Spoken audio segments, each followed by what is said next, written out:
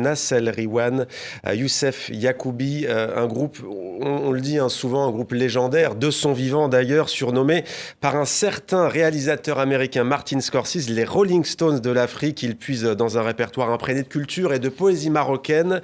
Ils étaient cette semaine en concert à l'Institut du Monde Arabe à Paris Musique.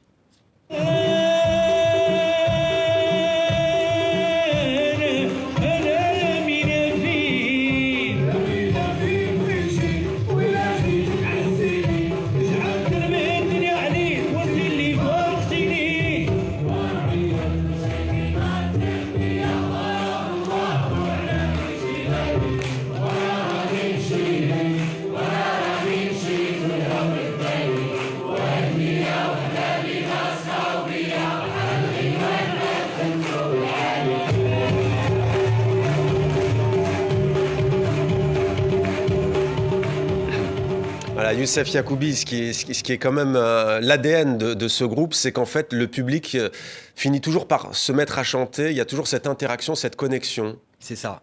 En fait, ce qui se passe, c'est que Nassel Riwan, c'est un voyage.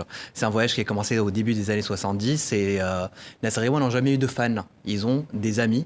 Ils ont des personnes avec qui ils partagent cette musique. C'est, on dit, le Riwani qui dort au fond de chacun de nous.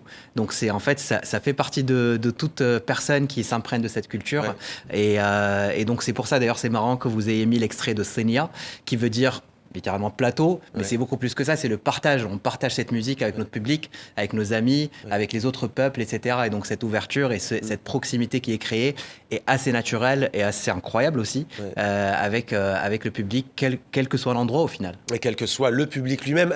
Il y a aussi cette histoire de transmission. On parlait du film de Lina Sonem, c'est vrai qu'il y a l'héritage qui se transmet, héritage musical, parfois familial aussi dans le groupe, disons-le. Comment expliquez-vous la longévité de ce groupe ? Eh bien, c'est la magie. Peut-être que ça, c'est effectivement... Au final, c'est des valeurs qui sont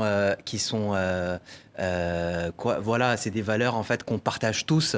C'est l'histoire de la Palestine, la paix, l'égalité, etc. C'est des valeurs intemporelles. Donc c'est ce qui permet aussi d'avoir cette continuité, cette transmission. Et on le voit aussi dans le public. Au final, on voit là, à l'Institut du Monde Arabe, et ben on a un public qui va de 15 ans à 85 ans. Et c'est assez incroyable. Nassel Riwan, les gens bohémiens, on pourrait dire, qui a fait connaître au grand public le Gnawa dans les années 1970. Ils ont presque inventé leur propre style unique.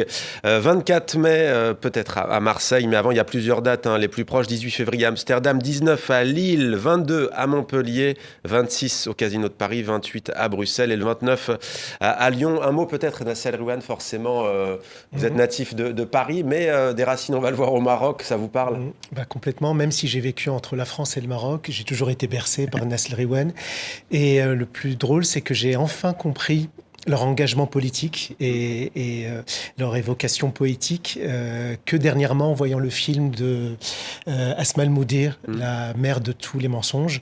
Et comme c'est un peu sa bande originale pendant tout le film, j'ai enfin compris à quel point ils avaient une portée politique et maintenant je sais pourquoi j'ai toujours aimé ce groupe. Vous avez compris votre amour pour ce groupe. On poursuit en musique. Je peux juste me permettre, c'est plus une portée humanitaire au final et pas politique, parce que justement c'est ce qui permet cette transmission et la continuité, c'est que ça s'applique vraiment à plusieurs épisodes que l'humanité traverse, parfois malheureusement, mais en tout cas, il a dit politique au bon sens du terme. Ça reste un groupe apolitique, donc ça reste un groupe qui est pour des valeurs universelles, universelles, exactement, c'est ça.